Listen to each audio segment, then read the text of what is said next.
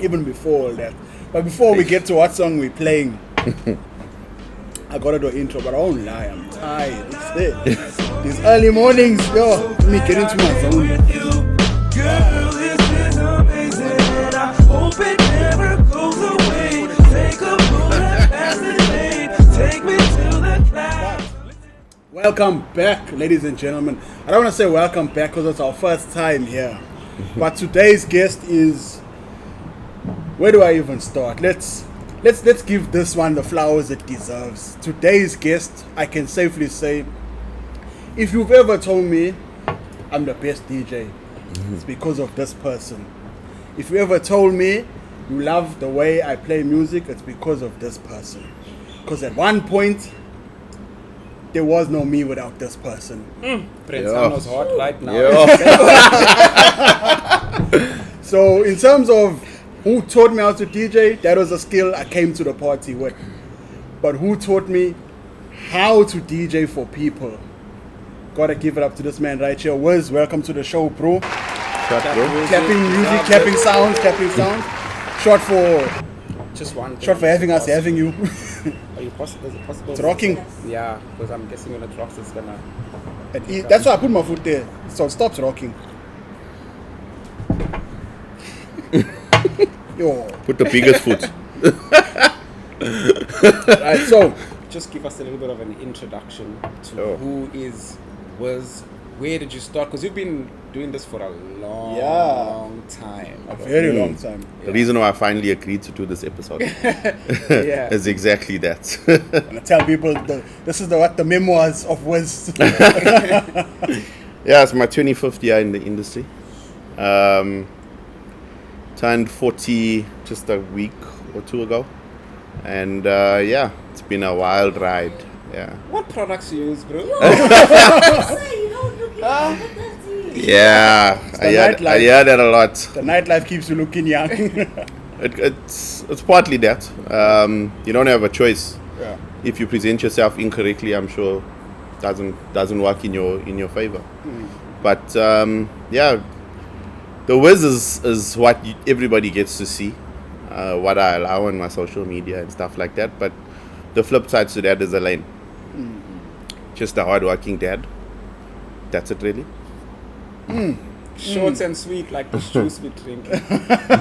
So, before we get into the world of everything that attributes to what is the Wiz, the brand, the person, let's talk about what do you do aside from that?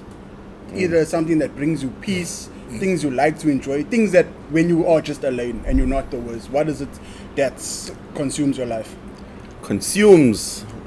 What I'd like to be doing is playing my Xbox all the time. Doesn't really happen much. Predominantly on FIFA, or as it's now known, EA SFC. But outside of DJing and music and events,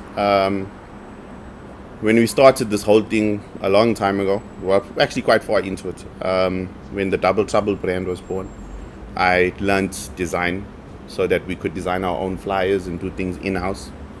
I also learned web design, which then became all forms of design. Anything from signage to animation to graphics, whatever it is. And I built a business with that from around 2007. So Daytime Wiz is a solution specialist more than anything.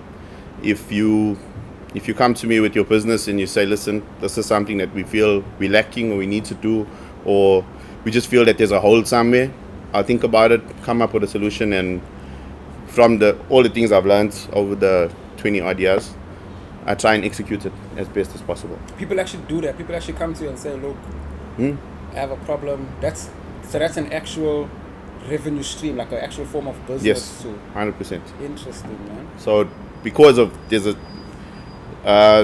question you haven't asked, and that's probably why I do everything that I do, is I was given the name Wiz because of all the different things I knew how to do. We're still getting there.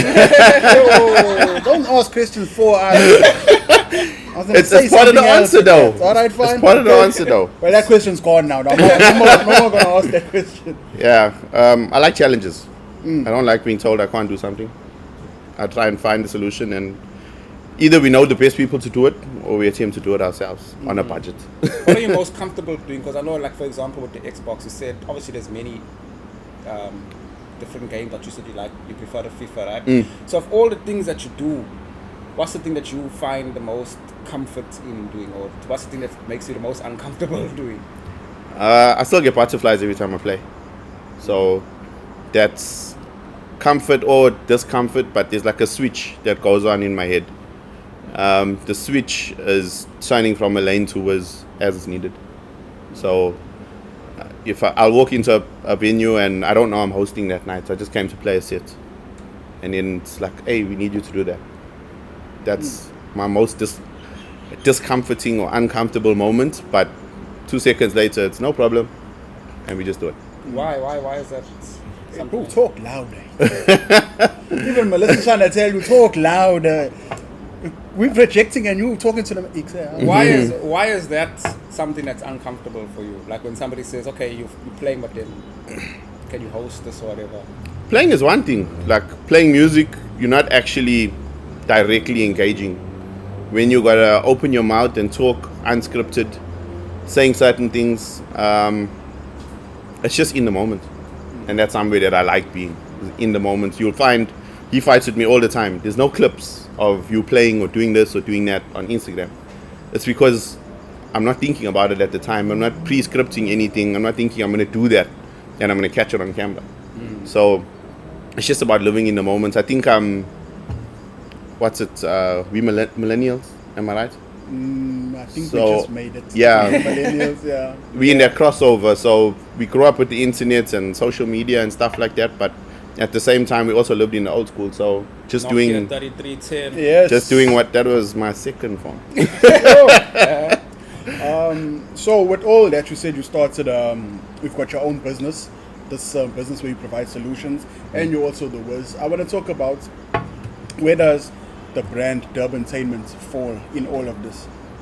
Durbantainment was something that was created at the end of 2016, early 2017. I pleaded with the guys not to do it. We didn't have the Durbantainment name at the time. Durbantainment was a concept I had 10 years before that. And Durbantainment... Can you give us a timeline of how you led up to that? How you led up to Durbantainment? Because I know you spoke about Double Trouble. So give us a timeline, like, how did you get to Durbantainment? And then finish Right from the beginning. Yeah. 13 years old, going to matinees. That was the thing at the time, going to Zoom. And I couldn't go home after the matinee because I had been drinking. My parents caught me. I got something would happen to me. So I went by my cool family. I went by my uncle and aunt to, oh, you've been drinking, sleep it off. In doing so, I went to Sydenham. When I woke up, my uncle would take me where my cousin was. My cousin was about 5-6 years older than me, and he was good friends with Craigie G. Craigie G was, I think, at the pinnacle of house parties and weddings and things like that. Never really got into clubs at that point. So that was my, not initial, but proper exposure into the DJ scene. My brother, who's 12 years older than me, is also a DJ, comes from the Xanadu era. Went to Pink Cadillac in Joburg. At 8 years old, I was going into places like that. So it wasn't anything too foreign to me. A year, 2 years later, find myself in becoming really good friends with Paul Abahalza. He was the other half of Double Trouble. And his brother-in-law was one of the main DJs in Zoom at the time. So we learned from him how to play, or we got exposed to it. I started meddling in his equipment when he wasn't there. We had a key to his house for after school, and he lived in the road where I lived. So watching him put together the equipment and take it down, one day I went in there and I put it together and we started messing around. Probably about 3 weeks later, he caught us. And it was a situation of who's been messing around with my stuff. And we were in trouble. But he asked us a question. And he asked us a question of, do you want to do this and why? The why, I like music, I liked entertaining people. That was my answer, and he was like, okay, here's my warning to you. This is a drug. It's the strongest drug. It's bigger than any drug you've ever found in your life. If you make this decision now, it will never leave you. You will always be that person. And we were like amped. We were like, yeah, we're going for it. Let's do this. And not even 6 months later, I was a resident DJ in Zoom. So 15 going on 16 or around 16, resident DJ. And I was there until I was 22, 23, around there. I was with Ash and Cass and Boogie, This is the Mark, original Rowley, Zoom now Wills, we're talking about. Dick King Street. Yeah. Come 23, I had a day job. I was working at a call center at MTN, and the scene at that time had become overrun by the gangsterism Yeah. in our communities, and it wasn't really safe to go anyways. The second Zoom closed down because of that. The one that was in, we called it Zoom 2, but before that it was called Why Not. It became Zoom. From there it closed down. I stopped playing there about 6 months before it closed down. Took a break. I said I'm going to focus on my corporate career, and Paul was living overseas at that time. We had gotten together as kids and started playing, and we got branded Double Trouble. People called us that. Where you saw one, you saw the other. So it wasn't a brand yet or a business yet. He went to the UK for like 2 years, came back. We went out one night to Oasis. Remember Oasis? That became Afro Fashion Lounge a couple of years later. And we were just out. We weren't trying to play. We didn't have CD bags with us, nothing. Went in, and the lady who owned the place, June Tacho, she asked us to play, and we were like, no, we just here to have a good time. Some guys that we knew were DJing there, and I don't believe in stepping on other people's toes. I won't just play in a venue. We went through about 1.5 hours of people just nagging. Constant nagging. We got offered money, we said no. Eventually, the excuse was we don't have our CD bags, we can't play. June pulled us into the DJ box, put us by the DJs there and said, listen, he'll tell you the song he wants, you give it to him from your bag. Yeah. We started playing at about 1. That place usually closed at 4. We went home at 6. Wow. We never left. The next week, we saw an SMS, because SMS marketing was the thing back then. And the SMS said that we were resident DJs at Oasis all of a sudden. Just like that. So we figured if there was a demand, why not do something? Yeah. So we went around looking for a venue that nobody had been to. And that venue eventually became Skybar. They were the only people willing to give us a chance. Everywhere else told us straight, we don't know who you are. We're not interested in your market. That was a big thing. And the George Padiachi, he gave us the opportunity to have the first Double Trouble event, which was mildly successful. We did things a little bit different to everybody else, and we were there for 5 or 6 years, where we never had an incident. We actually went to the gangsters and spoke to them and said, look, we need a neutral ground. You're killing things for Durban as a whole. And they agreed. The heads of the organizations would come out and make sure that we never had any problems, because they didn't want a situation where they had nowhere to go. And that was Double Trouble for 2006 to 2009. Paul and I eventually saw things differently. We went our own ways. The team stayed with me, and the Trouble crew was then born. That ran for 2009, 2010, 2011. 2011 I bought shares into Skybar. After a while I figured out it wasn't working for me. The anxiety of waiting for people to come through the door, I didn't like it. I didn't like it at all. The business side of it was irritating me. I wanted to be an artist again, where I got to express myself and play music. 2011 went on the road. I was a road manager for Jay, the singer. Got to play at different universities across the country. Got to play in clubs I'd never dreamed of playing at. I was with Kenny Kuneni at Zoa. Ladies The and Sushi gentlemen, King. right, yeah. Listen to this. Switch, Kent, Mikasa, open for all of them in Durban, Joburg, Nelspruit. And then I got offered something which required me to relocate to Johannesburg. My son was probably a year old, and I just didn't see myself living away from them. So that was it. Came home and got back You into. you ended up going to Johannesburg. I was living between the two for about 6 months. Okay. So 3-4 days in either space.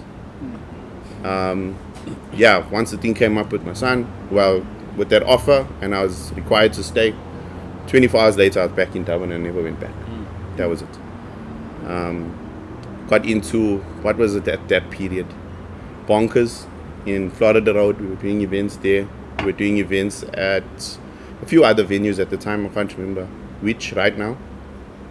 And eventually, like, I started to focus on me, away from the Trouble Crew. The Trouble Crew, all those guys grew up. I didn't, if you can look at it that way. They all had day jobs. They were all doing what they wanted to do to progress in life, and we're all still brothers up until today. There's still a group that we have on WhatsApp. We chat once, twice a week, all the time. Go a few years later, I tried to retire a couple of times from DJ. My youngest son was born, and after that, hashtag was around at that point. I helped the guys create the brand, got some DJs in, and eventually I was like, yeah, I'm done with this. I'm going to do weddings only. I'm going to play at one club a month. And I did that for quite a while, maybe 2 years. Until Lavu came and knocked on my door and asked me to come and play somewhere on a Sunday. And I was like, nah, I'm over that life. I'm not doing that anymore. And they asked and asked and asked. And then eventually I said yes. And for the next 60 Sundays, I was on that boat. Some Fridays, some Saturdays. Eventually we left for business reasons. And then 3 months later, we got asked to come back. When we were on the boat, 3 months in, Durban Entertainment came up.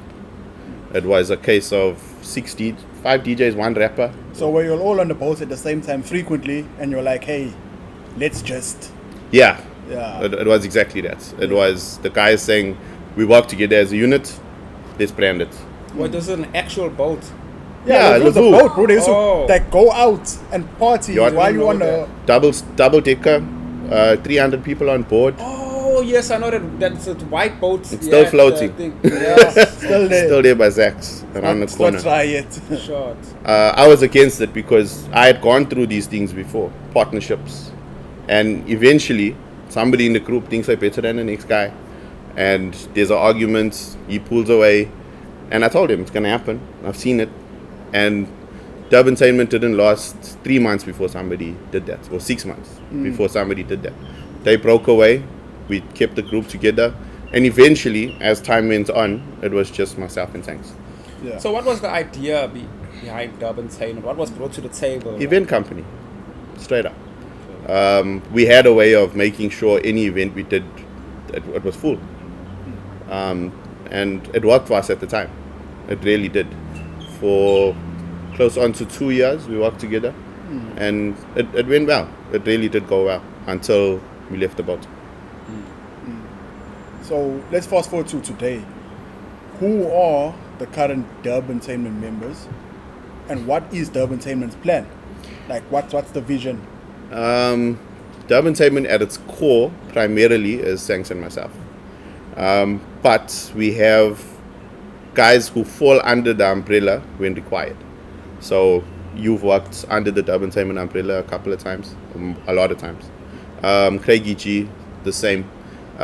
We appeal to different markets on a different level, and when called upon, the guys, we fly the flag in general, but on a business platform, when it's required, we all get together and we do some stuff. So currently, Durban Entertainment is one of the brand ambassadors or partners for where we are now here at Onamo Hotel for Sunset Sundays. We had something that we used to do about 5 years ago called Friday Date Nights. Being at our age, not just me, where do you go if you want to go with your significant other, boyfriend, girlfriend, wife, Cousin, just husband? friend, No, but like whoever they are. as a couple, where do you go if Or you as a want couple, but if just you want a friends. dinner Yeah. and dance kind of thing. So a proper date. There is nowhere to go. Yeah. If you're going out to a club or you're going out to a Yeah. restaurant, but nobody's particularly catering to you. So the concept of Friday date night is it's a Friday night. Most people over the age of 30 feel it's better to go out on a Friday than on a Saturday. You got 2 days recovery before work. You can still go to church on Sunday, those kind of things. So Friday nights is specifically aimed at couples who want to go out on a date or as a group, but still coupled up. So that's Friday night's concept, which we're bringing back very soon. Okay. I hope not where I'm thinking. Anyway. Anyway. So you mentioned it was your 40th a couple of weeks ago. What's the, for those who can believe that you are 40, so what's the vision now? It can't be, or maybe it still is. Spontaneously on the mic, still playing a couple sets every weekend, or is there an end game? What's the plan for the Wiz? Exit plan or what? Yeah. I've never focused on it. I've never focused on tomorrow. I've never been that guy that needs to achieve goals. I just want to succeed at what I'm doing now. That's always been who I am. You'll get the all of me all the time. So with regards to end goal, eventually I'm gonna have to phase out, just do weddings, just do corporates, that sort of thing, not be in clubs. But for the moment, I don't think it's that time yet. I think, was it Cristiano that had I'm not retiring, I'm not Yeah. yet. Yeah. He wants to wait for his sons to get old enough so they can play together. That's not even for him. Yeah, for him. Yeah. My kids have zero interest in what I do until they see it live. They come out and then it's like, oh no, let me play. No, you didn't practice at home. Sorry. Would you encourage them to go into the industry? If it's in your heart, absolutely. Yeah. I encourage my kids to be who they are. There's no guideline. There's no. The only guideline is you can't play Xbox all day. I don't care if you're esports pro. I don't care. It's just you need to have a balanced life, and if there's something that I see you excel at, then I'm gonna push. I'm gonna push hard into that. So much that you'll probably end up hating it though, because I'm competitive like that. So you're not like some of those parents that say, I want you to be a doctor, you must have this. Nope. I wasn't. They didn't do it to me, my parents, and I don't think I'll be doing it to my kids either. Yeah. My parents didn't like the idea of me leaving work and doing this full time. Yeah. But without a retirement plan, we're all still happy together. So, in having those difficult discussions, because what we do, I'd say we're in the same industry, I should say. There's no pension, there's no job security. The club can drop you, or venue can drop you like that, and then all of a sudden that's a revenue stream missing. No medical aid. No medical aid, I got that. and yet we damage our livers. But my question is, in all your years, 25 years, I don't want to say the lowest moments, but I want to say what's the moment or the period that left such a sour taste in your mouth, you just wanted to leave all this behind, if there ever was, in 25 years, where you were like, nah, this is too much for me now. Yo, that's deep. Yeah, no, I need people to see the full side of the industry. They think we just drink and play music. No. As I said, I tried to retire a couple of times. Once when I was like 23,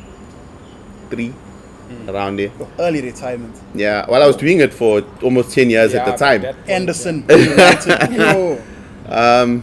But the reason for it was just safety. Yeah. People around me who got into arguments, fights, shootings, those sort of things. And at the time, I just didn't, at that particular moment, I didn't think it was worth it. I was still young. Yeah. I still had a lot going for me. But also the question was, I'd been doing it for 8 years and didn't hit the big time yet. So why am I still killing myself doing this? I have a career opportunity. Let me go with that. Yeah. Didn't last long though. And The drug the back. The drug came back. Yeah.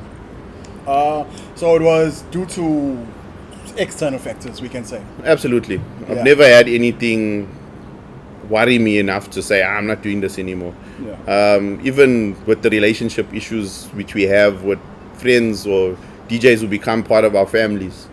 We've had situations where I don't talk to those people anymore. It's never been enough to tell me, long what, that's it. Have you ever had like forever fallouts with peers in the industry? Yeah.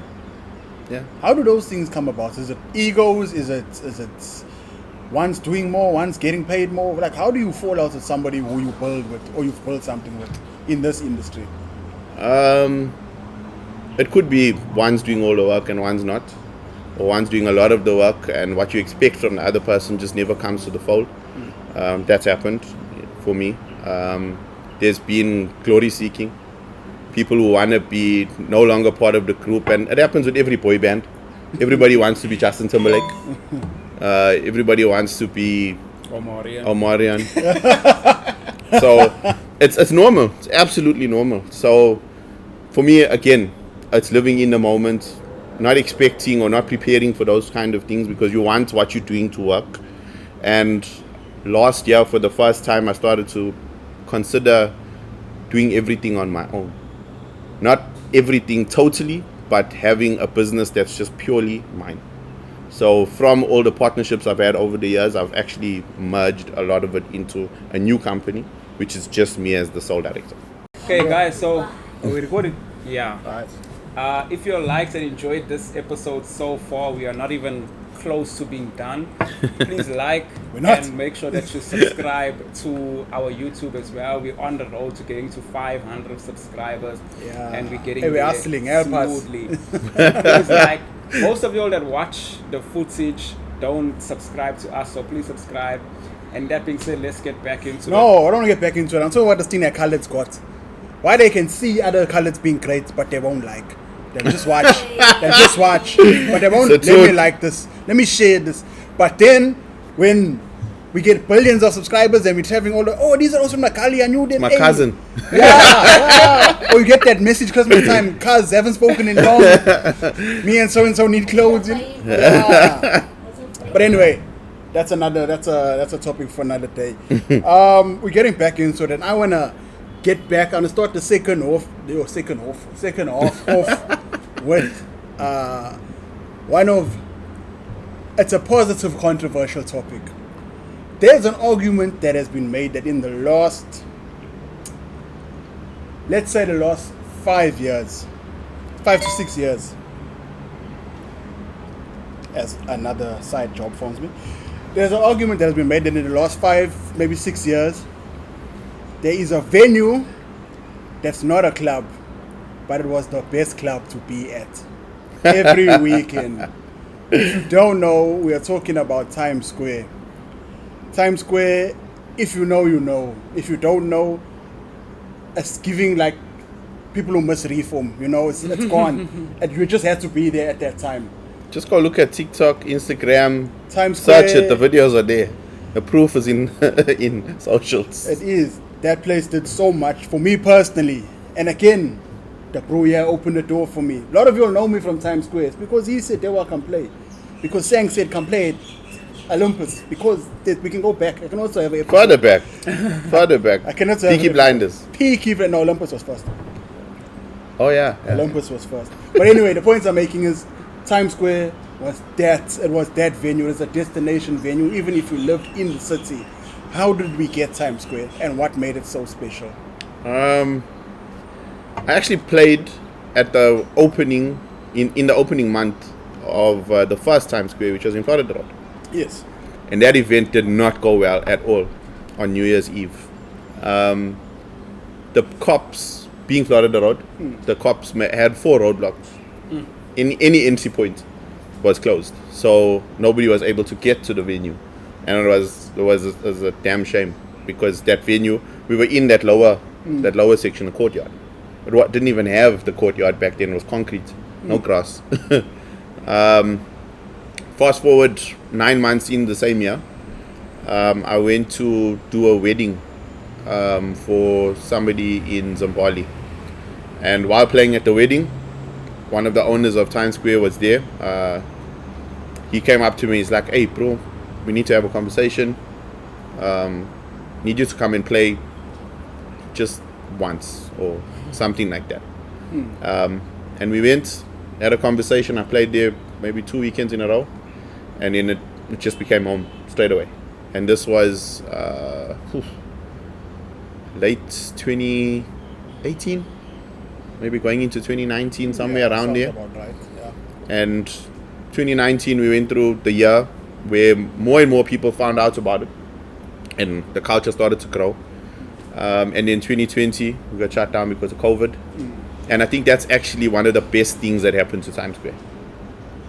When COVID shut clubs down and restaurants could only trade, we were the restaurant everybody knew. Yeah. So Because it was a club. when we were able to come back, we came back and we had a head start in front of everybody because our marketing was kind of done already. And that was something we didn't even have to market for Times Square. There was never DJ lineups, nothing. Everybody would just ask, Times Square tonight. Yeah. And that's the way it's been with most of our venues. Yeah. Where we never make it about us. We always make it about growing the venue and the brand where we are. It's never about putting our names heavily out there. It's just about continuous business. And in Durban, most things have a 18 month to 2 year lifespan when it comes to clubs and venues and things like that. And in Times Square's case, we beat everything for close to 4 years, and eventually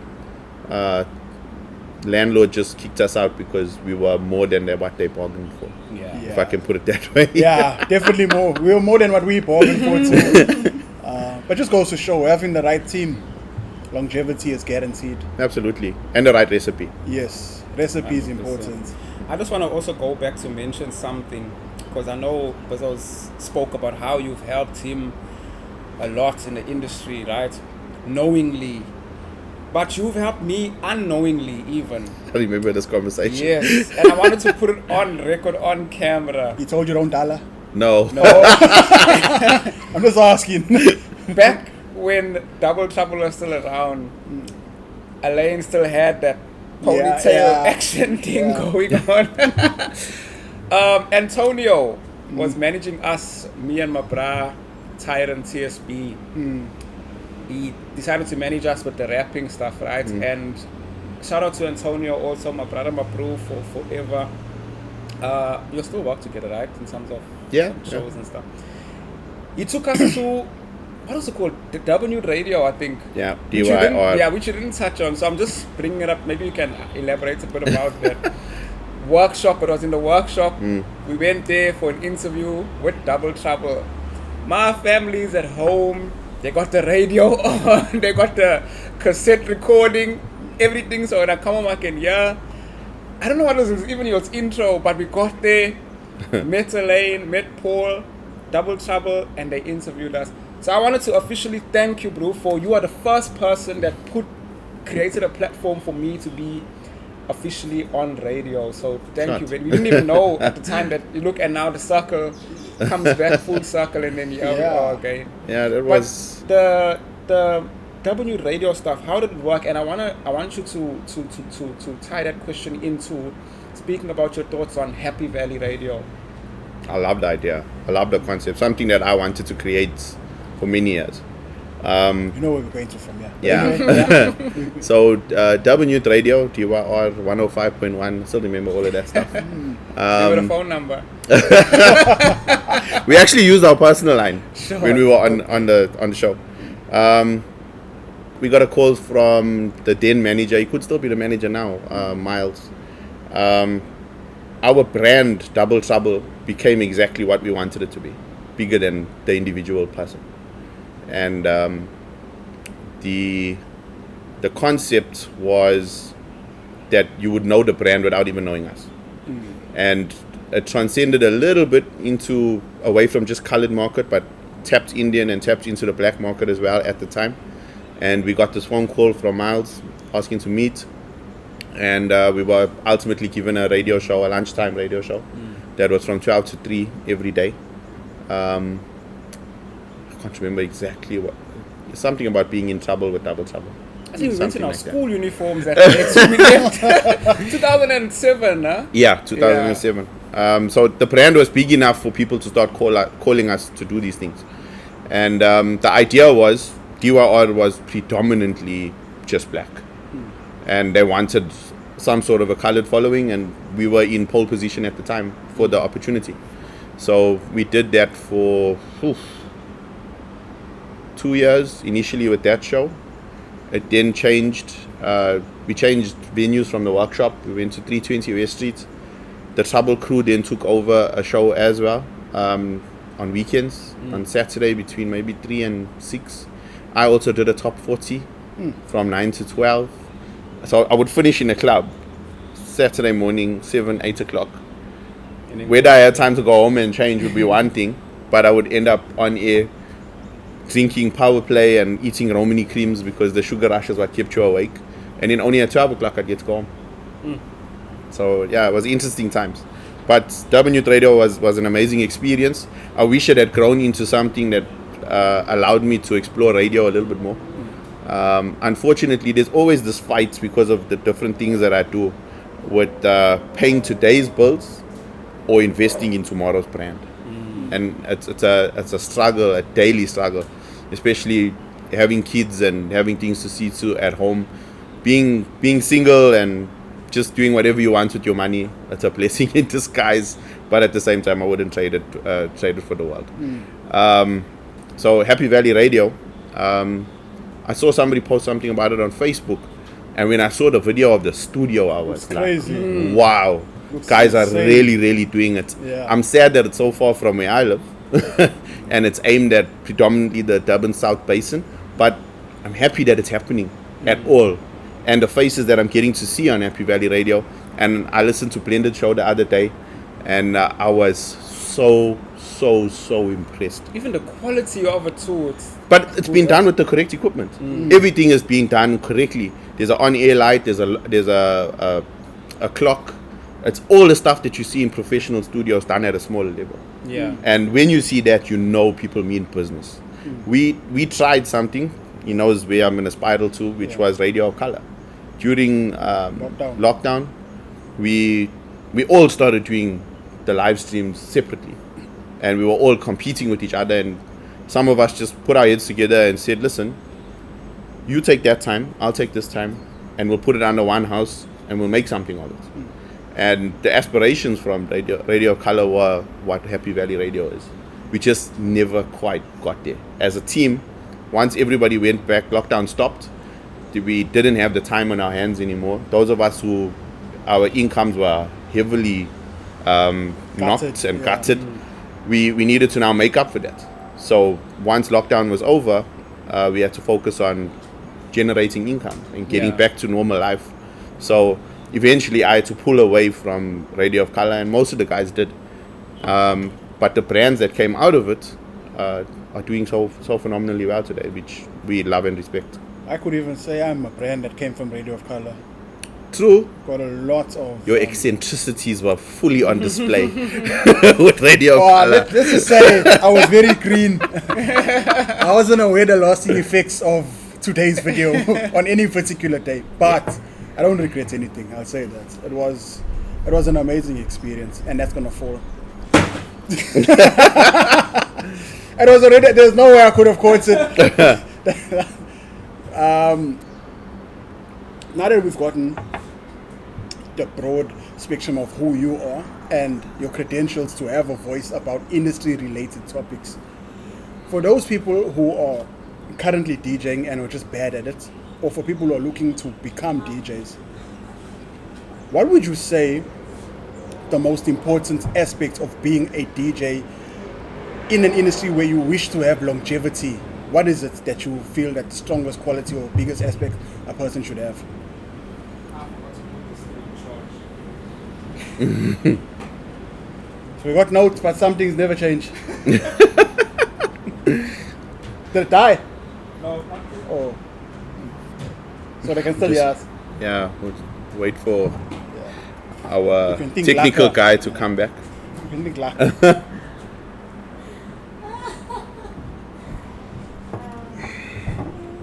alright. Be smooth. Okay. So there's a twofold to everything in our industry. If I had to say, being humble and humility is the number one thing. Doesn't work. You end up just Doesn't staying work. in the same place. You get taken for a one your whole life. That's true. That is true. So there's a balance again. Knowing your worth, being humble. Wait, what is the question? Sorry, I'm trying to think. What is? What advice would you give to a DJ coming Up and into the coming. industry? Oh, Yeah. So maybe being humble with your peers, I think, is right. I think the competitive side of things in our city especially just doesn't work.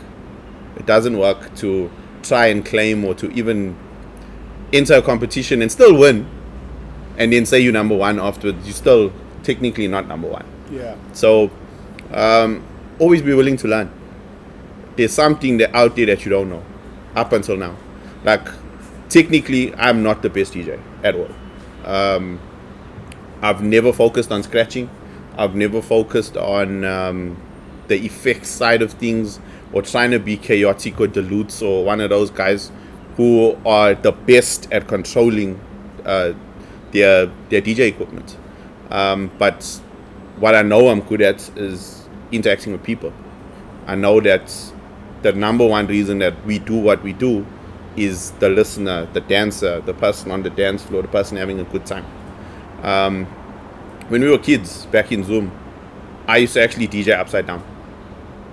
I would be on the dance floor and pressing play on the CD player and playing reverse. aye. Yeah. But the whole reason for it was I wanted to always be with the people. I wanted to be one with them. I didn't want the God complex that some DJs have. That used to irritate the life out of me.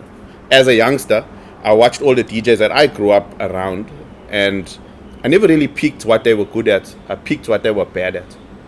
And I didn't want to do that. So it was taking the knots and applying that to myself. Don't ever do that in that situation. I'd already been experimenting with alcohol when I started DJing. And being 15, 16, coming into the life, I stopped drinking because of that. I stopped experimenting with alcohol totally because I watched what everybody around me was doing. And for years, up until the Lavu era, nobody knew I actually drank. I did drink, I just never drank out. Yeah. Because I always felt like growing up in Zoom, some shit's gonna go down. Something's gonna happen and you need to be in a sober state to be able to control that. So that's it. I'm a teeny tiny control freak, but I also know there's certain things you can't control. And when you can't control something, I'm okay with letting that go. This is probably, I don't think we need another DJ. We probably have more DJs, but this is so insightful into the industry. There's so many things I want to ask. Go for it. No, I can't ask it. But I want Not to on touch on camera. something you mentioned earlier, right?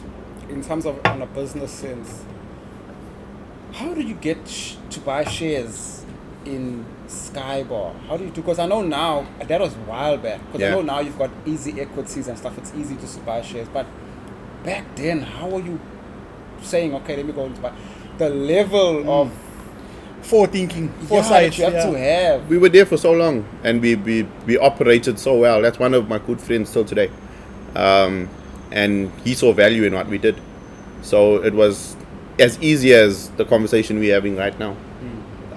He's a huge business person, so he understands business better than most. And the concept was simple. Why are we playing for two different teams when we can win together? And that was it. And we did win. In the time that I was there, we won. It's just that I just couldn't handle the business only aspect of it. I wanted to be who I truly am and enjoy what I'm doing. And that's part of the reason why I am the way I am now. When you can catch 10 people in a venue, I will play my heart out. You get 1,000 people in a venue, I'll play my heart out. It's because that was taken away from me for a long time. And then when I got it back, I wanted to, at any opportunity, just display, give people a great time, and be in the moment with them. And then the flip side of that was Lavu and enjoying it a bit too much. Getting involved in the alcohol scene and life. And I think out of the 60 Sundays I was there, 2 I couldn't make it the next Monday. I was finished. I was off my brackets. Yeah. But what's, in your opinion, you've been at this for 25 years. our community in particular, we always seem to have this thing of something always breaking down when it comes to working together, right? Yeah.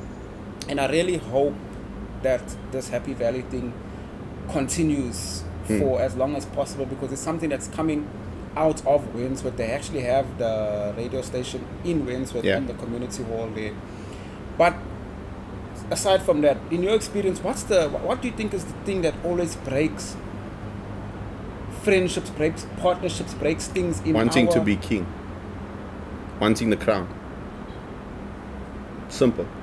And I've said this a million times to the DJs around me, that for some reason, and it's not always applicable, but I don't know if it's the upbringing, the lifestyle, the community, everybody from Ampilo going south is very competitive. Very, very competitive. Does not work well in teams. And then from Sydenham north, so Greenwood Park, Newlands, etc., tend to get on a little bit more and be okay with working together as a unit. But there are a few in there who also don't work well with others. So it comes down to the same thing. It's wanting to be number one. Like I said earlier, I've always wanted to work in a team. I'm from South Basin and we worked in a team for so many years. How come? Doesn't apply to everybody, okay. But you are also competitive. I am competitive. Very competitive. The man didn't want to end the rural challenge. No, more questions. Yeah, and it comes down to bravado, male ego, and that sort of thing. And as much as we haven't subscribed to the gangster scene, it's very much the same.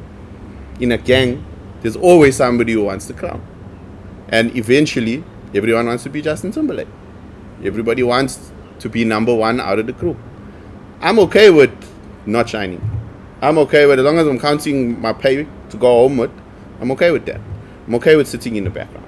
Not all the time, because I want to express myself as well. But there's that thing. There's the crown. People want that number one status. I don't think you've been playing with DJing alongside me for 10 years. You almost hit a pause there. Yeah. 10 years already? Close. Really? When was Olympus? I remember the first night you heard me play. I was supposed to have stopped. I was only supposed to play an hour. I think I played 2.5 hours that night. That always came in, no carry on, bro, carry on. Dance floor was heaving hours. Minimum 6. Minimum 6 years. Nah, 6 years. In the 6 years, you've never once heard me say I'm the best. I can put my foot on it. I can put any amount of money down. Because it's not about that for me. But then there's a lot of people. I mean, have you heard me say seriously I'm the best either? Seriously. Yeah, we always joke I am the best. But seriously, that I don't think anybody. No, maybe some people. There are guys that mean it, bro. Maybe. They need it. Yeah. They want the crown. I'm the most booked DJ. I'm the this. I'm the that. And it's the truth. No, you gave me trauma. I remember. No, but it's the truth. Everybody wants a title. Yeah. I hate titles. I hate titles. I even hate men and women titles. What's your pronouns? It's not about the pronouns. It's not about the pronouns. I hate the title because it closes your mind that only women can do this, only men can do this. Yeah. Women are expected to be treated like this, but men aren't. Can't we all just be people? Can't we have less expectation of each other based on gender, color of skin, where we come from?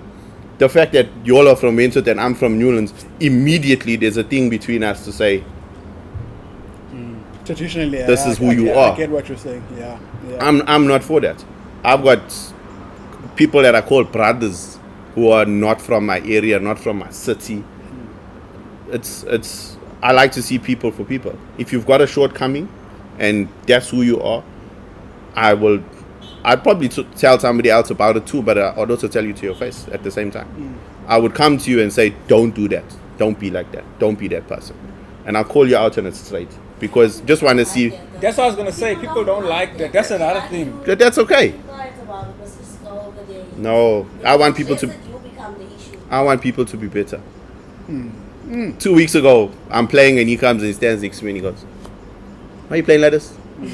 And called me out on it. I didn't retaliate. I didn't say no. I didn't explain anything differently. Okay, I'm gonna be better. That's it. Yeah. But it's not like I do that every week. And I want the people to think it's not like I'm out auditing DJs. You know what I'm saying? No, but that's the friendship that we have. Yeah. At the same time, Yeah. you're perfectly allowed to say it and call me out, just the same way that I would do with anybody else. Or Like you used to do with me. Yeah. all the time, and you're a better DJ for it. 100%. 100%. I don't think there's too much more to cover with that. There's so much more. I feel like if we go anymore, it's going to have to be a whole part 2. Yeah. Yeah, so, bro, thank you so much for coming on the show, giving us time in your day, letting us know what the world of the Wiz is like. What would you like people to know about your plans, your movements, if you want them to be known? What do you need people to know about the Wiz going forward in 2024? Oh, that part I didn't think about. One of the ideas, being 25 years in the industry, that actually meant a hell of a lot to me. The realization of it. Yeah. I would like to travel more. I'd like to play for people other than Durbanites as much as I love my city. I feel like if we go out there as DJs and explore more, people will get to see another side of us, because we're not playing within our comforts, or we'll be challenged to do a little bit more. And last year with R&B and Chill, we took that to Johannesburg, and that did well. And that was an experience that those people never had at all. Yes, R&B is a big thing everywhere, and DJs are doing it, but they're also not doing it the way that we would do it. And the way that we do it, we've been taught our whole lives how to R&B. Other people are learning it now. The house has been a movement, and every affair that comes along, that's it. But for us, R&B is what we do. It's our lives. Life, yeah. So yeah, I'm just on the socials. I would like to travel. There are plans where Joburg, Cape Town, PE will be seeing you sometime during this year. Whether it's the R&B and Chill brand, whether it's Sunset Sundays. We're even planning on going to smaller towns, Coxted, Harding, etc. So I'm breaking out of my shell a little bit more this year. Oh, yeah. Smooth. Thank you to Onamo Hotel. Yeah, Wiz, shout out for hosting Onamo. us. If you love this beautiful scenes, guys, come through. This Sunset Sunday. Sundays happens. I've been to a few. I've been to a few Jumpers. more. Come through. Thank you, Wiz, for having us. Yeah, bro. Really Thank you, appreciate your time. Like and Sure, subscribe my to the channel, guys, as well. Please. Until Yes. next one. Please like and subscribe.